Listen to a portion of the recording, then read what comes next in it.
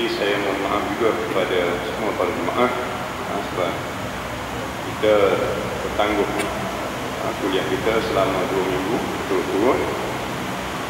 Jadi jemaah boleh melaksanakan dengan lain-lain tugas sewaktu tidak ada kuliah, ataupun mungkin Pak Imam mengambil alih kuliah pada minggu-minggu yang bukan uzur, ada lain-lain tugas.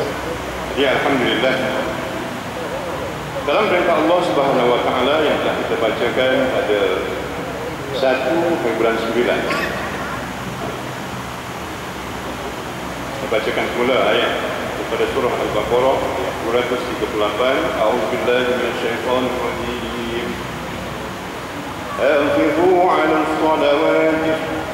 حافظوا على الصلوات والصلاة الوسطى وقوموا لله قانتين فإن خفتم فرجالا أو ركبانا فإذا أمنتم فاذكروا الله كما علمكم ما لم تكونوا تعلمون.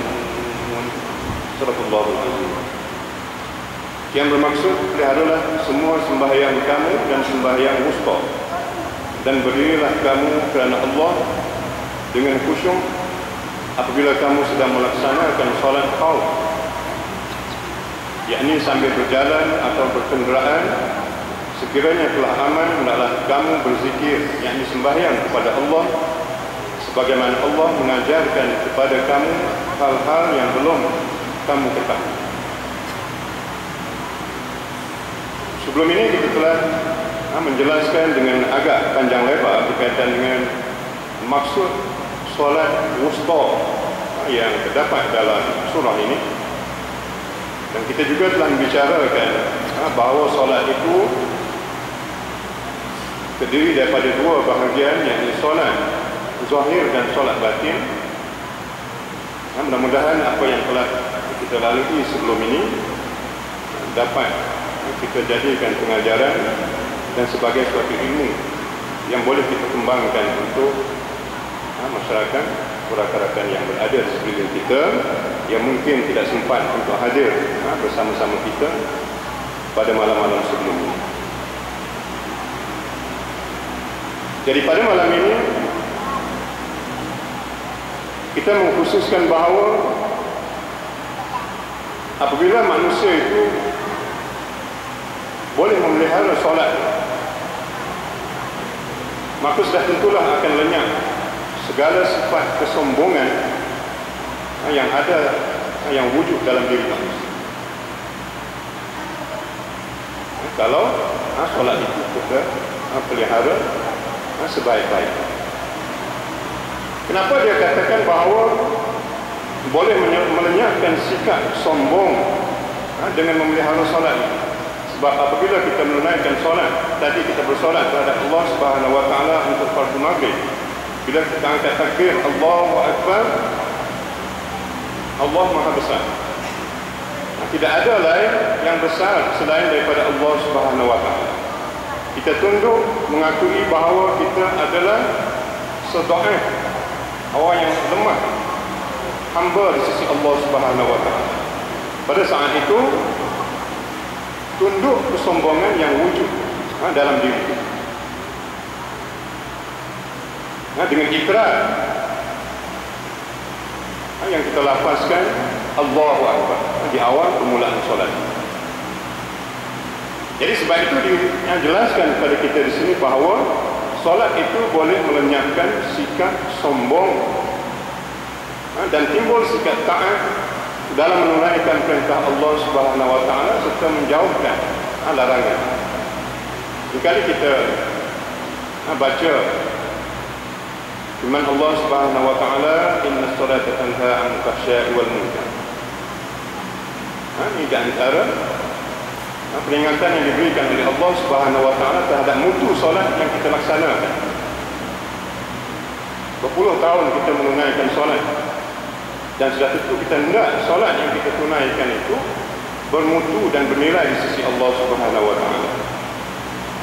Jadi bagaimanakah untuk kita mengekalkan ataupun untuk kita mencapai solat, yang mana solat ini boleh memelihara kita daripada kesengsaraan hidup di dunia, apalagi kesengsaraan hidup di akhirat, melalui solat. Ulama membahagikan apa yang dimaksudkan kepada memelihara solat itu. Yang pertama ialah menunaikan sembahyang tetap pada waktunya secara teratur dengan memerhatikan syarat-syaratnya seperti suci badan, pakaian dan tempat, serta menutup aurat dan menghadap kiblat. Satu perkataan susunan ayat yang mudah kita faham. Tetap pada waktunya secara teratur. Waktu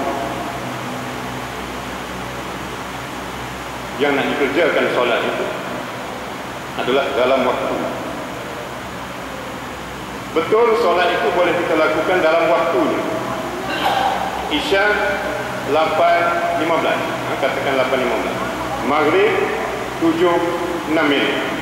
Dah ada selang waktu yang agak lama lah. Tapi apakah nilai solat itu sama bagi orang yang menunaikan dalam waktunya?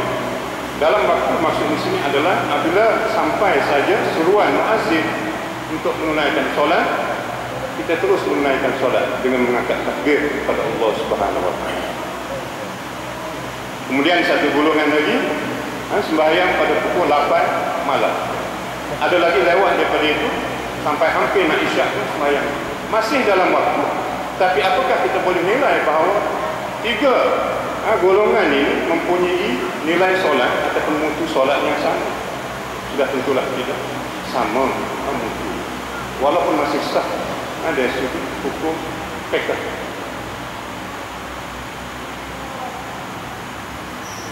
Para jemaah yang dirahmati Allah sekalian, kita seringkali mengejar masa. Kadang-kadang selalu kita lapaskan bahawa kita tidak sempat masa, tak cukup masa, masa kita sibuk, pendek sangat waktu.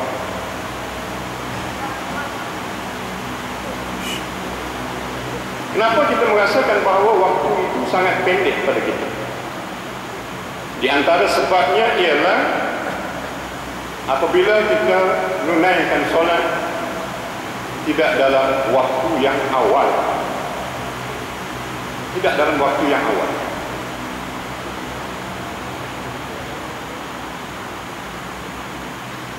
Ada hikmah. Kalau kita nak lihat ulama-ulama yang terdahulu kehebatannya, walaupun menjadi pemimpin, walaupun dia menjadi amir, raja, pemerintah dalam sebuah negara, kenapa dalam masa yang sama dia boleh menulis kitab-kitab yang berjilid-jilid, berpuluh jilid, tebalnya dalam senci? Apakah masa itu lebih panjang daripada masa yang ada pada hari ini? Memang kita rasa hari ini masa lebih pendek daripada dulu. Tapi panjang pendeknya masa itu bergantung kepada penandanya adalah sama ada kita menunaikan solat di awal waktu ataupun di tengah waktu ataupun di akhir waktu. Sebab itu kita selalu bekerja-kerja dengan masa. Kita ambil contoh dan pernah kita telah beri contoh sebelum ini. Kenapa kita lihat pada waktu pagi itu kita sangat kelam kabut, masing-masing sangat kelam kabut, dengan hantar anak ke sekolah. Anak masuk 7.45. Kadang-kadang sekolah 7.30 sudah ada, sepatutnya anak sudah berada di sekolah. Kadang-kadang kita lepas waktu sampai di pagar sekolah, anak-anak rasa takut sebab pengawas datang. Cuba kita lihat balik, silapnya di mana? Saya hanya buat andaian, mungkin sebabnya ialah subuh kita lewat. Pengurusan masa kita untuk menunaikan ibadat kepada Allah Subhanahu wa taala itu terlewat. Pukul 7 Dia kes-kes kadang-kadang ni berlaku juga. Berlaku. Saya pun kena berlaku. Tak dapat lari. Pada saat itu, tahulah kita bahawa kelang kabutnya kita pada awal pagi itu disebabkan oleh masa yang gagal kita tepati untuk menunaikan ibadat awal kita terhadap Allah Subhanahu Wa Taala sebagai memulakan hari yang baru. Setiap hari yang baru kita mulai itu selalu lewat untuk beribadat kepada Allah. Sebab itu Allah Subhanahu Wa Taala menarik ke lapangan waktu itu dengan sebab alfa kita terhadap penjagaan masa dengan Allah Subhanahu Wa Taala, khususnya dalam menyembah Allah di awal hari, setiap hari. InsyaAllah kita tiba bagi saya nak bagi diri saya dan kita semua insyaAllah yang dah istiqamah dalam waktu kita tunaikan solat di awal waktu, teruskan. Yang belum dapat istiqamah dengan kelima-lima waktu dalam solat ini, insyaAllah kita biar ada target sama-sama untuk mencapai hasrat kita itu, agar Allah Subhanahu Wa Taala memberikan cukup waktu kepada kita. Itu di antara kaedah kita hendak memelihara solat, untuk memastikan bahawa solat itu membantu kita melenyapkan sikap sombong dalam diri kita. Secara tidak langsung juga solat yang kita laksanakan itu boleh mencegah kita daripada melakukan perbuatan munkar. Itu satu. Maknanya masa yang kita susun untuk menyembah Allah Subhanahu Wa Taala itu berada dalam lingkungan awal waktu. Masa yang panjang sekali ialah waktu Isya. Waktu Isya. Isya ni ada berapa jam? Daripada 8 suku sampailah 50. Taklah penang. Kita taklah penang. Panjang waktu. Kita tidur dulu, kemudian kita bangun. Bangun 5:30. Di antara 5:30 dengan pukul 6 kita hanya ada setengah jam. Apa benda yang kita boleh buat dalam tempoh pukul 5:30 hingga pukul 6? Tidakkah kita rasa pendek waktu itu? Waktu yang panjang itu telah kita isi dengan tidur. Malam tak kisahlah tidur. Yang siang hari pun kadang-kadang berlaku benda yang sama. Dia solat zuhur, masuk waktu zuhur, tak sempat solat zuhur, letih kita kelir. Kadang-kadang tak letih pun, dengar azan kita tidur juga. Bila tidur bangkit pukul 4. Asar 4-5 minit, 4-10 minit. Bangkit pukul 4, asar 4-10 minit. Kita letaklah 4-10 minit. Kita hanya ada masa 10 minit dalam tempoh solat zuhur dengan solat asar. Jadi berapa banyak masa yang telah kita buang? Istilah kita buanglah. Tidur tu buang. Buang masa. Daripada 12 ke 4 jam kita ambil masa situ. Kalau kita tidur pukul 12. Kalau kita tidur pukul 1:30, kemudian kita bangkit pukul 4 dan berapa jam. Jadi masa itu sentiasa pendek. Sebab batasan waktu manusia ini, pengukurnya, indikatornya adalah bilakah waktu kita menunaikan solat. 5 waktu itu kepada Allah Subhanahu Wa Taala. Sebab itulah Rasulullah sallallahu alaihi wasallam menjadi satu amalan yang rutin.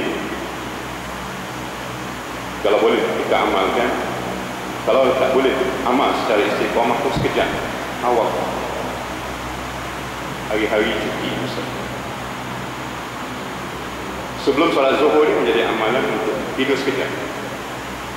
Kalau zuhur satu suku, pukul 12 tidur. Tidur pukul 12, jangan bangkit pukul 4:30. Jangan bangun pukul 4:30.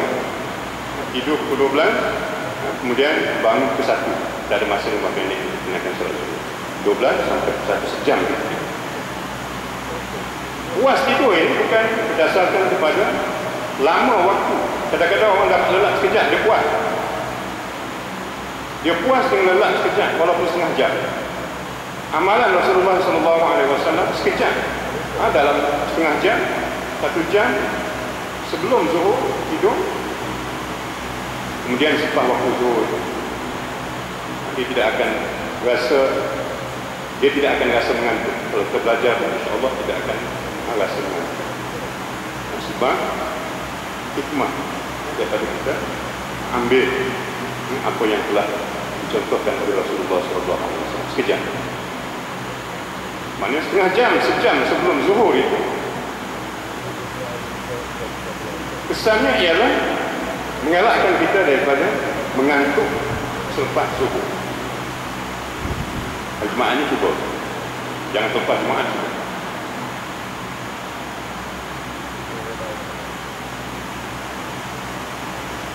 Agak yang mengantuk hari Jumaat itu sebab apa?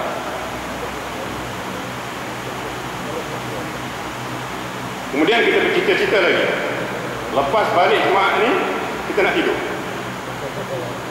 Yang mengantuk sewaktu imam membaca khutbah, perempuan ni tak terlibat. Perempuan dia payah nak tidur, banyak gangguan. Anak-anak ganggu, suami ganggu, jiran-jiran ganggu. Yang suami, kita yang lelaki ni, kita perhati sekeliling kita pada hari Jumaat, berapa ramai yang biasa menganggap faham dengan khutbah yang dibacakan oleh khatib, dengan sebab mengantuk. Tapi berdasarkan pengalaman kita sendiri, apakah bila kita balik itu kita tidur? Kita tidur ke tidak? Ada yang tidur, ada balik tidur. Tapi rata-rata bila balik dah hilang mengantuk. Hilang mengantuk. Sebab waktu khatib membaca khutbah, kita ada pembantu. Pembantu di situ tak lain dan tidak bukan adalah syaitan laknatullah alaih, sentiasa menarik-narik bulu mata kita ni untuk tutup kelopak mata. Bila kelopak mata tertutup, sudah tentulah pendengaran ini juga sama tertutup. Jadi tidak ada innallah wa huwas samiul alim. Allah itu maha mendengar lagi maha mengetahui. Kenapakah turutan as-sami'ul alim dalam kalimah ini berpuluh dalam ayat dalam Al-Quran? As-sami'ul alim, dengar, tahu. Dengar, tahu. Kalau kamu tak dengar, kamu tak tahu. Kalau kamu tak dengar, maksudnya kamu tidak akan dapat ilmu yang dibacakan oleh siapa-siapa. Malam ni kalau siapa yang tak dengar, tidak akan dapat apa pun yang kita bicarakan pada malam. As-sami', dengar, tahu. Dia tidak letak al-basir, al-alim, melihat, mengetahui. Tapi pendengaran menentukan sejauh mana kita dapat maklumat apa yang kita dengar.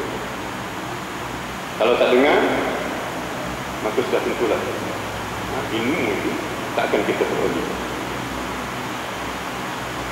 Jadi semua patah-patah perkataan dalam ayat wahyu Allah Subhanahu Wa Taala ini nak supaya kita kaji benda itu. Kenapa berlaku turutan yang begitu hebat? Seolah-olah dia berpasangan, sesuatu yang kembar. Kita lihat.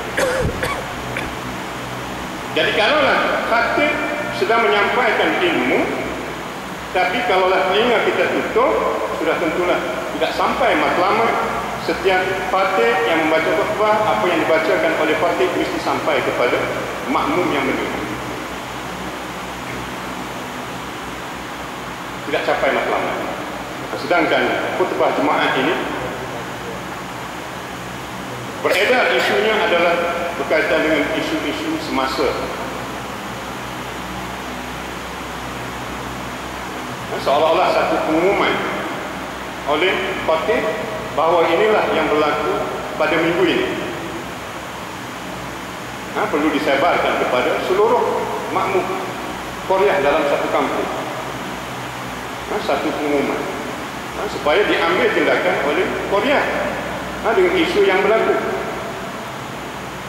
Isi khutbah yang sepatutnya dapat diambil oleh makmum. Tapi hari ini mungkin khutbah itu sudah mesti ada, tapi masih lagi dia berada pada isu-isu semasa yang selalu bangkit dalam kehidupan masyarakat, berbangkit dalam kehidupan masyarakat. Jadi kita balik pada ngantuk.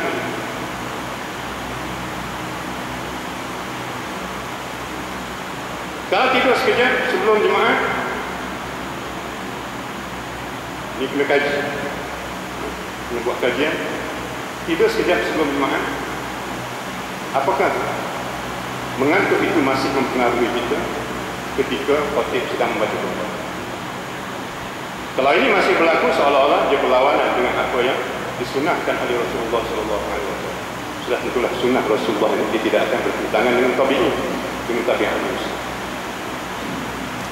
InsyaAllah cuba kita sama-sama praktis supaya Jumaat ini bukan menjadi suatu Jumaat yang seronok untuk kita berada dalam masjid yang tak panas, masjid yang tersegar indah, berangin kipas kiri kanan, bukan tempat untuk kita lena. Sebelum sembahyang Jumaat, eloklah kita lena dulu, sebab khatib baca khutbah panjang sangat, kita lena dulu. Kita pakai matlamat dalam khutbah.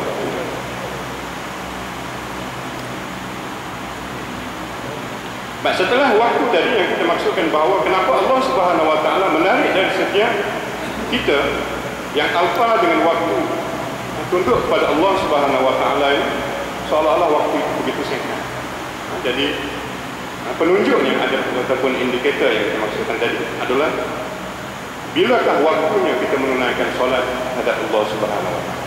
Walaupun dari sudut hukum fiqhnya adalah sah, masih lagi dalam lingkungan waktu, tetapi kita nak ambil amalan Rasulullah SAW yang tidak pernah menunaikan solat lewat daripada waktu, kecuali dalam kes-kes yang kita solat khauf dalam waktu-waktu peperangan.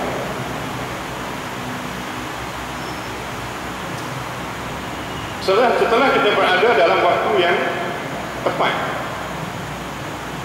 lepas muazzin, hijab, azan, solat rawatib, qabli atau ba'di, qabli, kemudian kita gunakan solat fardhu.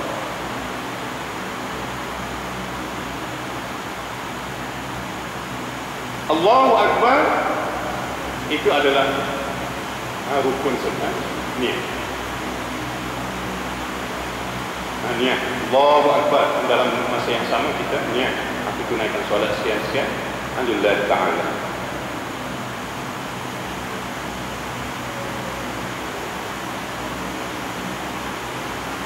Daripada Allah sampailah Assalamualaikum, kum sebelah kanan yang terakhir 13 rukun solat. Kesempurnaan yang wujud pada setiap rukun fi'li dan rukun qauli solat. Sebab kata untuk memelihara solat tepat pada waktunya, kemudian perkara-perkara yang berkaitan dalam perjalanan solat. Kita dah lalui semua, kita dah belajar, dah fasih benda-benda ini. Cuma lagi kita nak praktiskan rukun-rukun ataupun sunat-sunat dalam solat. Dalam masa yang sama, walaupun kita sudah belajar tempoh 50 tahun, 60 tahun, 30 tahun dalam angka yang berbagai-bagai, sudah tentulah jangan sekali-kali kita merasa puas dengan apa yang telah kita ada. Saya percaya tuan-tuan dan puan-puan, muslimin muslimat tak puas dengan apa yang telah kita amalkan sebelum ini. Sebab itulah kita masih berada di sini.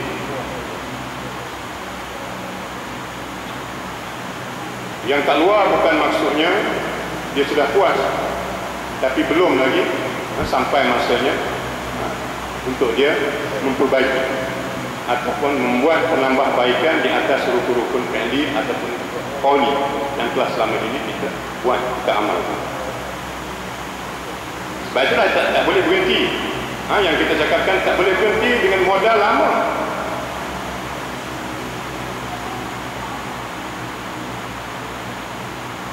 Saya ingat dalam tajwid, hukum iklan. Minta maaf kalau saya salah.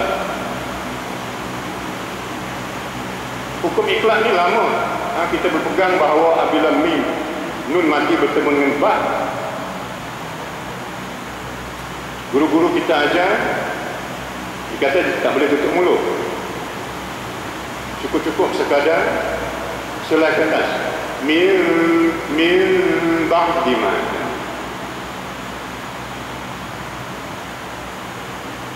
Kan?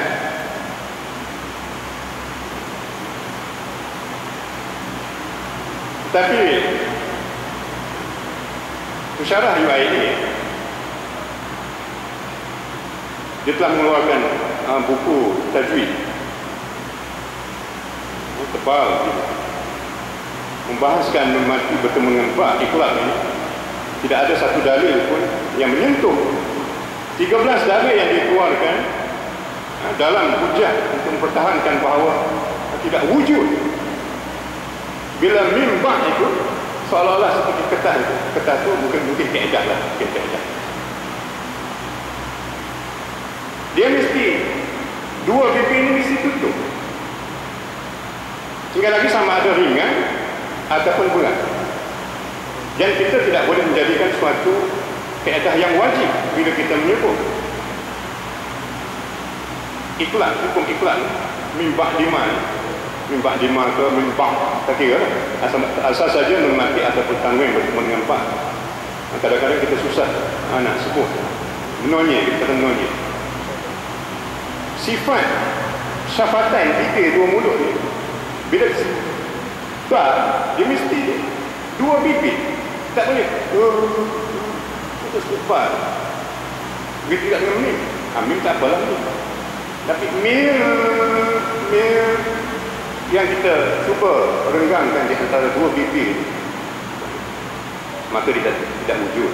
Dia hanya semoga merupakan suatu kaedah, bukan suatu hukum yang memastikan bahawa setiap daripada murid yang kita ajar hukum ikhlas ini mesti mulutnya dalam keadaan terbuka sikit. Itu hanya satu kaedah, dia bukan satu hukum. Hukumnya ialah tidak. Hukumnya bila huruf ba itu dia mesti dua bibir, mim ba, mim. Tapi jangan dia terus kita terjah terus dengan mim ba, dua masuk tidak jadi idgham. Mim ba separuh memberi keadilan terhadap hukum iklan. Kalau kita masuk itu jadi idgham. Dia dibincangkan agak panjang lebar dalam suatu muzakarah tajwid sebelum tilawah peringkat kebangsaan dulu. Ustaz Hasan Azhari guru kita lama mempertahankan dalil. Maksudnya bila dilihat dalil dasarkan kepada ulama-ulama dan sahabat Rasulullah SAW dalam bicarakan ikhlas ini tidak ada, dan telah diambil keputusan dan minta disebarkan. Saya kalau ada kuliah pada guru-guru Yayasan Islam, kita cuba sebarkan benda ini. Buka tu, mulut tu merupakan suatu kaedah, dia bukan suatu hukum. Hukum sebenarnya adalah bila ba dia punya makhrajnya adalah dua bibir mulut, syafatan. Jadi akhirnya setuju. Selama ini guru kita tu pertahankanlah sebab keliru di antara hukum dengan kaedah. Maka setelah itu dimohon, diminta supaya hukum ikhlas ini dibetulkan balik. Buka mulut sikit itu bukan satu hukum yang ada dalam kitab, tapi dia merupakan hanya satu kaedah. Sekiranya kita mampu buat, boleh kita cuba buat, dan kalau tak mampu kita ambil pada hukum asal masyafatan yang dua bibir itu pada makhraj huruf ba. Wallahu a'lam. Jadi nak ceritanya banyak rukun-rukun qauli dan fi'li dalam kita menunaikan solat. Dan mungkin juga kita bertukar lagi di antara sunat dalam solat ni. Tak apalah yang tu, nanti tanya ustaz yang mengajar fiqh, suruh ulang semula untuk ingatkan semula yang mana rukun yang juga dan juga yang mana sunat. Jadi berkaitan dengan kita kata yang rukun tadi yang boleh menyebabkan solat kita itu tidak sah, maka dalam soalan ini seringkali kita berbincang dengan guru rakan-rakan yang lebih maklum daripada kita mungkin dalam keadaan kita yang ada pada hari ini. Kalau rukun ini adalah kita ambil berat. Dan yang paling utama sudah tentulah Al-Fatihah. Al-Fatihah, dengarkanlah bacaan Al-Fatihah kita pada imam-imam, pada guru-guru kita, rakan kita yang lebih baik daripada kita cuba perdengarkan bacaan kita.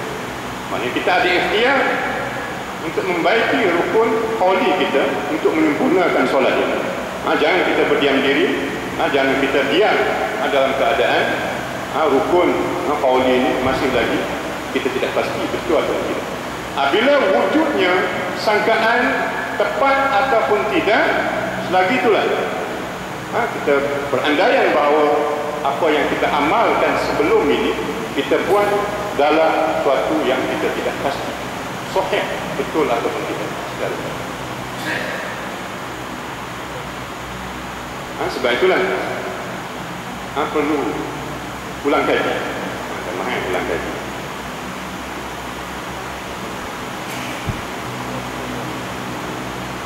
Guru yang berada di hadapan ini, dia tidak selalu berada di hadapan.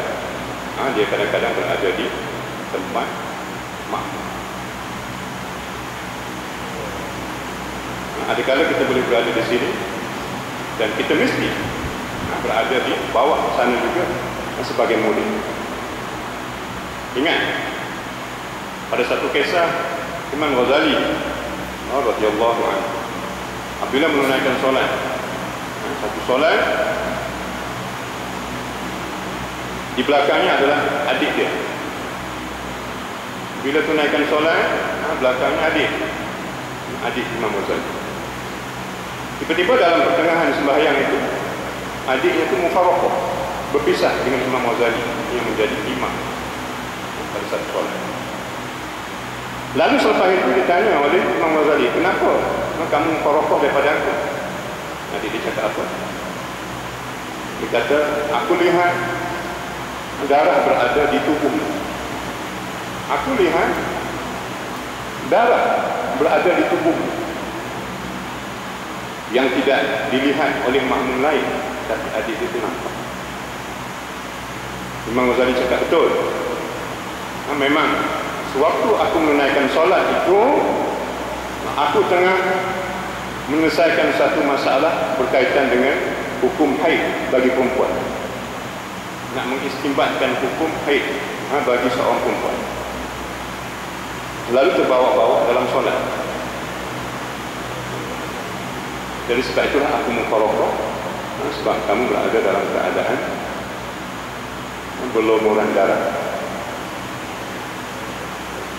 Macam mana kamu tahu dan dengan siapa kamu belajar yang kita anggap sebagai ilmu gaib, yang tak boleh dilihat oleh orang awam, tapi hanya boleh dilihat oleh orang yang dianugerahkan oleh Allah Subhanahu wa taala. Pada mulanya adik dia tak beritahu di manakah dia belajar. Tapi bila didesak, akhirnya diberitahulah guru dia itu adalah seorang penjual daging di pasar. Maka dibawalah Imam Ghazali tadi itu di pasar. Maka Imam Ghazali rahimahullah telah bertanyakan kepada orang yang menjual daging tadi, mana guru pada dia. Dia nak belajar apa yang telah diajar kepada adik Imam Ghazali. Desak, ringkas ceritanya, akhirnya jual daging itu minta supaya Imam Ghazali membuka jubah. Jubah itu dibuka. Lalu Imam Ghazali buka jubah. Sebab aku nampak di jubah itu masih ada lagi sifat kebesaran. Imam Ghazali ini merupakan qadhi atau mufti bagi satu negara. Jadi maknanya ada dalam lingkungan orang besar, kamu buka jubah kamu itu dulu, maka dibuka jubah, kemudian ada yang cakap sapu tempat duduk, aku nak duduk. Maka Imam Ghazali pun sapulah tempat duduk dengan jubahnya, jubah yang hebat itu. Maka selesai di sana. Lepas sapu, guru tadi minta supaya dia balik. Lepas subuh besok datang semula. Datang semula Imam Ghazali selepas subuh pada esoknya, tepat pada waktu yang dijanji. Apalagi suruhannya, tolong cuci halaman rumah tanpa bantahan, tanpa ada sifat besar diri sebagai orang besar dalam negeri. Maka Imam Ghazali telah melaksanakan tugas tersebut. Selesai. Lepas selesai, disuruh balik ni Imam Ghazali. Penuh taat Imam Ghazali balik. Besok lepas subuh datang lagi. Datang lagi. Tepat pada waktunya, maka datang lagi Imam Ghazali kepada guru tadi. Kemudian ditugaskan apa?